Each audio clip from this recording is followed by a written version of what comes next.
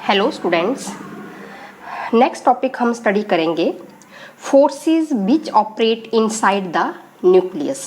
आपको मालूम है कि किसी भी एटम के न्यूक्लियस में टू टाइप्स के पार्टिकल्स प्रेजेंट होते हैं, प्रोटॉन्स एंड न्यूट्रॉन। और अगर हम इनको टुगेदर हम लेते हैं तो इसी को ही हम न्यूक्लियॉन्स भी हम कहते हैं। और जो प्रोटॉन्स होते हैं वो पॉजिटिवली चार्ज्ड होते हैं और जो न्यूट्रॉन्स होते हैं वो दे हैव नो चार्ज, वो इलेक्ट्रिकली कैसे होते हैं, न्यूट्रल होते हैं। तो यहाँ पर हमने ये भी स्टडी करना है कि जो न्यूक्लियाई होते हैं स्मॉल एटम्स के वो स्टेबल होते हैं, और लेकिन जो बिग एटम्स होते हैं वो अनस्टेबल क्यों होते हैं, तो इसके बारे में भी हम स्टडी करेंगे। तो ये हमें पता लगेगा कि ऐसी कौन सी फोर्स है जो इनसाइड द न्यूक्लियस क्या कर रही है, वो लाई कर रही है, जिसकी वजह से जो स्मॉल एटम है वो काफ़ी स्टेबल है as compare to big atoms. तो इसको भी स्टडी करने के लिए हमें सबसे पहले ये स्टडी करना पड़ेगा कि ऐसी फोर्सेस जो इनसाइड द न्यूक्लियस लाई कर रही है, तो टू टाइप्स की फोर्सेस हैं जो कहाँ लाई करती हैं, inside the nucleus of an atom. तो सबसे पहले हम बताएंगे इलेक्ट्रोस्टैटिक फोर्स के बारे में। Force which A charged particle exert on another charge particle, एक चार्ज पार्टिकल दूसरे चार्ज पार्टिकल के ऊपर जब कोई फोर्स लगाएगा तो उसी को ही हम इलेक्ट्रोस्टैटिक फोर्स हम कहते हैं। अब जो इलेक्ट्रोस्टैटिक फोर्स होती है वो अट्रैक्टिव भी हो सकती है और वो रिपल्सिव भी हो सकती है। ये किसके ऊपर डिपेंड करेगा कि जो पार्टिकल है उसके ऊपर जो चार्ज है उसका नेचर कैसा रहेगा। अगर टू पार्टिकल्स हैं, एक के ऊपर अगर पॉजिटिव चार्ज है और दूसरे के ऊपर नेगेटिव चार्ज है, तो हमें मालूम है कि ये जो इलेक्ट्रोस्टैटिक जो फोर्स रहेगी ये कैसी रहेगी, अट्रैक्टिव रहेगी, क्योंकि यहाँ पर पॉजिटिव और नेगेटिव जो चार्ज हैं वो अपोजिट चार्जेस हैं, और अपोजिट चार्जेस के ऊपर जो फोर्स होता है वो कैसा रहता है, अट्रैक्टिव फोर्स लगेगा यहाँ पर पार्टिकल्स के बीच में। अब अगर सिमिलर चार्ज हो, पॉजिटिव चार्ज है, तो उस केस में जो लगने वाला जो फोर्स होगा वो कैसा होगा, रिपल्सिव नेचर होगा। अब हम यहाँ पर न्यूक्लियस के बारे में हम स्टडी कर रहे हैं, क्योंकि जो न्यूक्लियस है वहाँ पॉजिटिव चार्ज प्रोटॉन्स लाई कर रहे हैं, क्योंकि जो इलेक्ट्रॉन्स हैं they are revolving around the nucleus, और जो न्यूट्रॉन्स हैं वो कैसे हैं, वो तो उनके ऊपर तो कोई चार्ज ही नहीं है, वो तो क्या है, इलेक्ट्रिकली न्यूट्रल है। तो यहाँ पर क्या है, जो nucleus of an atom contains similarly charged, तो यहाँ पर प्रोटॉन्स वो कंटेन कर रहा है न्यूक्लियस, और कैसा चार्ज है, पॉजिटिव चार्ज है, सिमिलर चार्ज रहेगा। तो जब सिमिलर चार्ज रहेगा, यहाँ पर पॉजिटिवली चार्ज रहेगा, प्रोटॉन्स हैं, तो जो जब टू प्रोटॉन्स वहाँ पर आ जाएंगे तो प्रोटॉन और प्रोटॉन के बीच में जो चार्ज रहेगा, क्योंकि पॉजिटिव ही चार्ज रह रहा है, पॉजिटिव चार्ज रहेगा, सिमिलर चार्ज रहेगा, तो यहाँ पर जो इलेक्ट्रिक स्टैटिक जो फोर्स यहाँ पर प्रोड्यूस होगी एटम के न्यूक्लियस में वो रिपल्सिव नेचर की होगी, क्योंकि यहाँ पर जो वेरियस टाइप्स के जो प्रोटॉन्स रहेंगे इनसाइड द न्यूक्लियस वो सिमिलर चार्ज हैं, पॉजिटिव चार्ज है, और पॉजिटिव चार्ज के बीच में कैसी फोर्स रहेगी, रिपल्सिव नेचर की फोर्स रहेगी। एक जो फोर्स है जैसे पॉजिटिव चार्ज होगा तो यहाँ पर क्या होगा, वो एक तरह से एटम को क्या बना देगी, अनस्टेबल बना देगी, रिपल्सिव नेचर वहाँ पर प्रोड्यूस हो जाएगा, और उस रिपल्सिव नेचर की वजह से ही जो एटम जो न्यूक्लियस होगा वो कैसा होगा, अनस्टेबल होगा। अगर अब हम सेकंड टाइप की फोर्स के बारे में यहाँ पर स्टडी करेंगे, न्यूक्लियर फोर्स, और न्यूक्लियर फोर्स को ही हम स्ट्रॉन्ग फोर्स भी हम कहते हैं, स्ट्रॉन्ग फोर्स। तो यहाँ पर इसकी जो डेफिनेशन रहेगी स्टूडेंट्स वो आपको मालूम होना चाहिए कि अगर हम टू प्रोटॉन्स की हम बात कर रहे हैं, कितने प्रोटॉन हम ले रहे हैं, टू प्रोटॉन्स, टू न्यूट्रॉन्स, या तो न्यूट्रॉन्स हम ले सकते हैं या तो एक प्रोटॉन हम ले सकते हैं और दूसरा भी हम न्यूट्रॉन ले सकते हैं। तो इन सभी के बीच में जो फोर्स रहेगी वो कैसी रहेगी, उस फोर्स को ही क्या नाम दिया गया है, न्यूक्लियर फोर्स नाम दिया गया है। लेकिन ये फोर्स कैसी होगी, अट्रैक्टिव फोर्स रहेगी। अगर सिमिलर चार्ज भी है, अगर एक प्रोटॉन दूसरे प्रोटॉन के ऊपर कैसी फोर्स लगाएगा, अट्रैक्टिव, एक न्यूट्रॉन दूसरे न्यूट्रॉन के ऊपर कैसी फोर्स लगाएगा, अट्रैक्टिव। एक प्रोटॉन दूसरे न्यूट्रॉन के ऊपर कैसी फोर्स लगाएगा, अट्रैक्टिव। तो यहाँ पर एक क्वेश्चन ये अराइज हो रहा है कि जो अट्रैक्टिव जो फोर्स यहाँ पर जो प्रोड्यूस हो रही है, न्यूक्लियर जो फोर्स यहाँ पर प्रोड्यूस हो रही है, ये इफेक्टिव कब होगी, ये तभी इफेक्टिव होगी जब न्यूट्रॉन और प्रोटॉन बहुत क्लोज लाई करेंगे, जब उन दोनों के बीच का जो डिस्टेंस रहेगा very very close together. Nuclear force तभी इफेक्टिव होगी जब पार्टिकल्स प्रोटॉन और neutron are very very close together, ठीक है।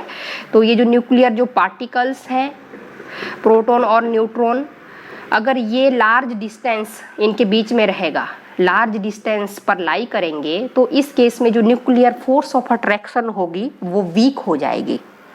तो जो न्यूक्लियर जो पार्टिकल्स होंगे वो एक दूसरे को अट्रैक्ट नहीं कर पाएंगे, अट्रैक्ट नहीं कर पाएंगे। तो न्यूक्लियर जो पार्टिकल्स हैं अगर लार्ज डिस्टेंस से सेपरेट रहेंगे तो वहां पर इलेक्ट्रोस्टैटिक फोर्स ऑफ रिपल्सन भी क्या होगी, डिक्रीज होगी। लेकिन वो जो डिक्रीज रहेगा इलेक्ट्रोस्टैटिक फोर्स ऑफ रिपल्सन के लिए वो थोड़ा कम होगा as compare to nuclear force की वजह से।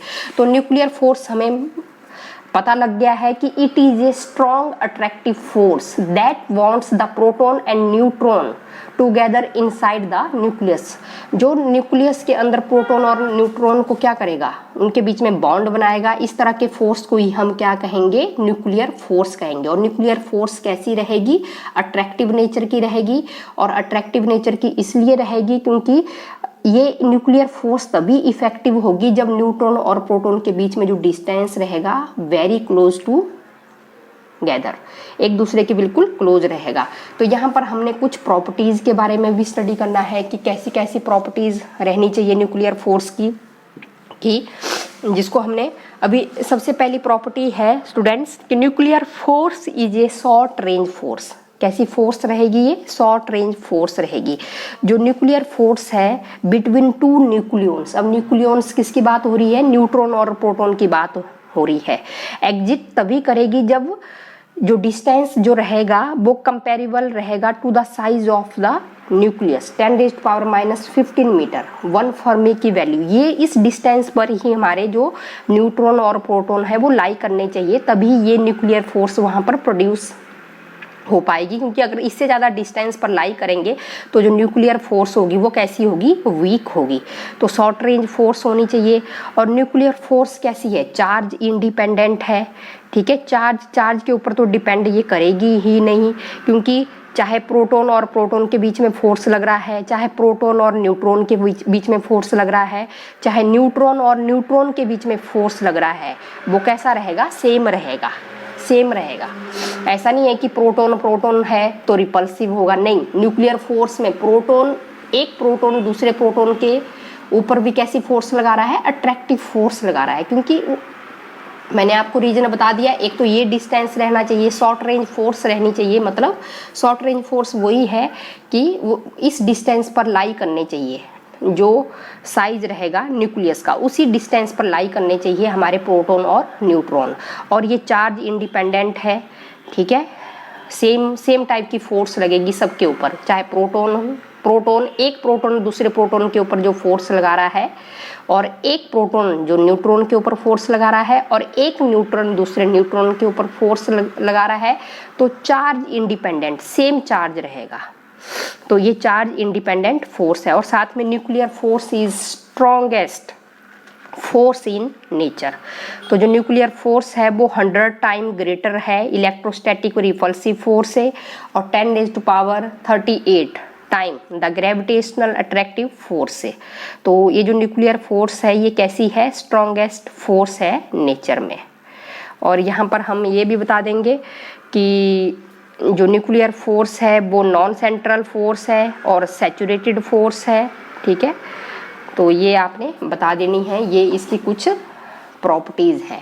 अब नेक्स्ट क्वेश्चन स्टूडेंट्स ऐसा भी पूछ लिया जाता है एग्जाम में कि why the small nuclei are stable and big nuclei are unstable. कई बार एग्जाम में ये क्वेश्चन पूछ लिया जाता है कि why the small nuclei are stable and big nuclei are unstable. तो यहाँ पर स्टूडेंट्स हमने स्टडी कर लिया है कि टू टाइप्स की जो फोर्सेस हैं वो ऑपरेट हो रही है इनसाइड द न्यूक्लियस। एक आपको मैंने बता दिया था electrostatic force of repulsion which cause repulsion between the various protons and tends to make the nucleus unstable. क्योंकि आपको पता है, क्योंकि जो इलेक्ट्रोस्टैटिक फोर्स रहेगी वो तो रिपल्सिव टाइप की रहेगी, क्योंकि जो प्रोटॉन्स है न्यूक्लियस के अंदर जो प्रोटॉन है वहाँ पर पॉजिटिव ही चार्ज है, तो जब जो सिमिलर चार्ज जब भी रहेगा तो वहाँ पर रिपल्सिव नेचर की फोर्स रहेगी। और सेकंड टाइप की जो फोर्स रहेगी वो न्यूक्लियर फोर्स रहेगी, जिसको हम स्ट्रॉन्ग फोर्स भी हम कहते हैं। तो वो क्या करेगी, जो न्यूक्लियर फोर्स है वो प्रोटॉन और प्रोटॉन के बीच में भी अट्रैक्शन प्रोड्यूस करेगा, प्रोटॉन और न्यूट्रॉन के बीच में भी अट्रैक्टिव रहेगी, और न्यूट्रॉन एक दूसरे के न्यूट्रॉन के ऊपर भी कैसे लगाएगा, अट्रैक्टिव फोर्स लगाएगा। तो उसकी वजह से ही वो एक तरह से न्यूक्लियस को स्टेबल बना रहा है। ये जो कौन सी फोर्स, जो हमारे पास न्यूक्लियर फोर्स है। अब मैं स्मॉल न्यूक्लियस की बात कर रही हूँ कि स्मॉल न्यूक्लियस वाला क्वेश्चन पूछा गया है कि जो स्मॉल न्यूक्लियस है वो ज़्यादा स्टेबल क्यों है। तो स्मॉल न्यूक्लियस हमें पता लग रहा है कि अगर साइज अगर हमारा कंपेरेबल रहेगा to the size of the nucleus 10⁻⁻15 meter, अगर इस साइज के ये जो न्यूक्लियस का साइज है ये स्मॉल है। अब स्मॉल न्यूक्लियाई होगा तो स्मॉल एटम होगा तो उसका साइज भी, उसके न्यूक्लियाई का साइज भी क्या रहेगा, स्मॉल रहेगा। अगर ये साइज इस कंपेरेबल टू द साइज किसका रहेगा 10⁻⁻15 मीटर, अगर ये ऑर्डर है, यहाँ पर ये ऑर्डर है कि जो nuclear force between two nucleons exist only when distance between nucleons is comparable to the size of the nucleus. अब ये न्यूक्लियस का साइज है 10⁻⁻15 मीटर। तो अब मैं स्मॉल न्यूक्लियस की बात कर रही हूँ यहाँ पर। तो न्यूक्लियर जो पार्टिकल्स हैं, क्योंकि न्यूक्लियस में कौन कौन से पार्टिकल हैं, प्रोटॉन और न्यूट्रॉन है, तो यहाँ पर जो डिस्टेंस रहेगा इनके बीच में वो स्मॉल रहेगा। और जब स्मॉल डिस्टेंस रहेगा comparable to the size of the nucleus, अगर डिस्टेंस रहेगा तो उसकी वजह से जो न्यूक्लियर फोर्स ऑफ अट्रैक्शन होगी वो लार्ज होगी, ज़्यादा होगी as compare to the electrostatic force of repulsion. क्योंकि साइज हमारा ये इस ऑर्डर का जो साइज रहेगा स्मॉल न्यूक्लियस रहेगा, तो स्मॉल न्यूक्लियस में क्या रहेगा, जो प्रोटॉन और न्यूट्रॉन होंगे उनके बीच का जो डिस्टेंस रहेगा बहुत स्मॉल रहेगा, और जो न्यूक्लियर फोर्स होगी वो स्ट्रॉन्ग होगी, और जो न्यूक्लियर फोर्स यहाँ पर प्रोड्यूस होगी वो ज़्यादा होगी as compare to electrostatic force of repulsion से। तो इसी वजह से जो स्मॉल जो न्यूक्लियस रहेगा वो स्टेबल रहेगा। ठीक है, तो रिपल्सन नहीं हो पाएगी। रिपल्सन जब नहीं हो पाएगी तो उस केस में जो स्मॉल न्यूक्लियाई होगा वो स्टेबल हो जाएगा, क्योंकि वहाँ पर स्ट्रॉन्ग न्यूक्लियर फोर्स वहाँ पर प्रोड्यूस हो गई है न्यूक्लियस में। तो जो ज़्यादा से ज़्यादा एटम्स जो स्मॉल साइज के हैं वो ज़्यादा क्या रहेंगे, स्टेबल रहेंगे, क्योंकि जो प्रोटॉन और न्यूट्रॉन्स हैं वो एक दूसरे के बिल्कुल क्लोज वहाँ पर लाई कर रहे हैं, और जो इलेक्ट्रोस्टैटिक फोर्स ऑफ अट्रैक्शन होगी वो ज़्यादा होगी as compare to the electrostatic force of repulsion की वजह से। इलेक्ट्रोस्टैटिक फोर्स ऑफ अट्रैक्शन ज़्यादा रहेगी as compare to the electrostatic force of repulsion, और उसकी वजह से जो स्मॉल जो न्यूक्लियाई होंगे वो कैसे रहेंगे, स्टेबल रहेंगे। और जबकि अगर हम बिग एटम की बात हम कर रहे हैं, अगर कोई साइज ज़्यादा है एटम, अगर बड़ा एटम होगा तो उसका न्यूक्लियस भी क्या रहेगा, बड़ा रहेगा, उसका न्यूक्लियस का साइज भी क्या रहेगा, बड़ा रहेगा। तो यहाँ पर जो डिस्टेंस रहेगा किस किस के बीच में, जो न्यूक्लियर जो पार्टिकल्स हैं जो इनसाइड द न्यूक्लियस लाई कर रहे हैं न्यूट्रॉन और प्रोटॉन के बीच में, वो लार्ज डिस्टेंस पर लाई करेंगे। इस साइज को देखो और इस साइज को आप देखो, दोनों के बीच में डिफरेंस है कि नहीं। ये स्मॉल एटम है और ये बिग एटम है।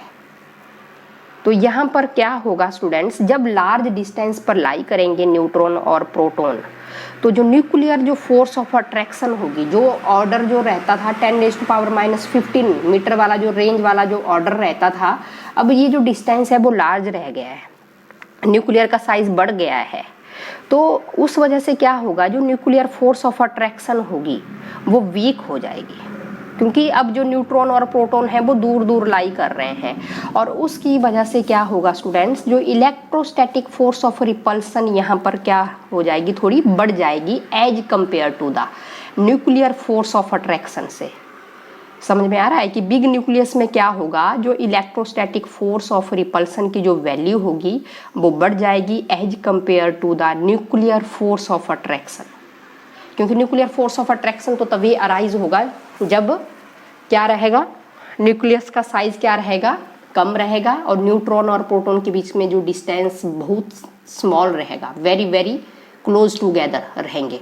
लेकिन बिग न्यूक्लियाई है तो जो न्यूट्रॉन और प्रोटॉन के बीच का जो डिस्टेंस है वो ज़्यादा है, और ज़्यादा होने की वजह से जो इलेक्ट्रोस्टैटिक फोर्स ऑफ रिपल्सन यहाँ पर प्रोड्यूस हो जाएगा, क्योंकि प्रोटॉन और प्रोटॉन के बीच में अब अट्रैक्शन नहीं होगा। अब जब ज़्यादा डिस्टेंस पर ये लाई कर रहे हैं तो वहाँ पर रिपल्सन प्रोड्यूस हो जाएगा। सिमिलर चार्ज प्रोटॉन क्या करेंगे, रिपेल करेंगे। जब रिपेल करेंगे तो फोर्स ऑफ रिपल्सन की वैल्यू थोड़ा ज़्यादा हो जाएगी as compare to the nuclear force of attraction, और जिसकी वजह से जो बिग जो न्यूक्लियस है वो कैसे बन जाएगा स्टूडेंट्स, अनस्टेबल। तो यहाँ से हमें समझ में आ रहा है कि जो स्मॉल जो न्यूक्लियाई होगा वो स्टेबल होगा, और बिग न्यूक्लियाई कैसा होगा, अनस्टेबल होगा। ओके।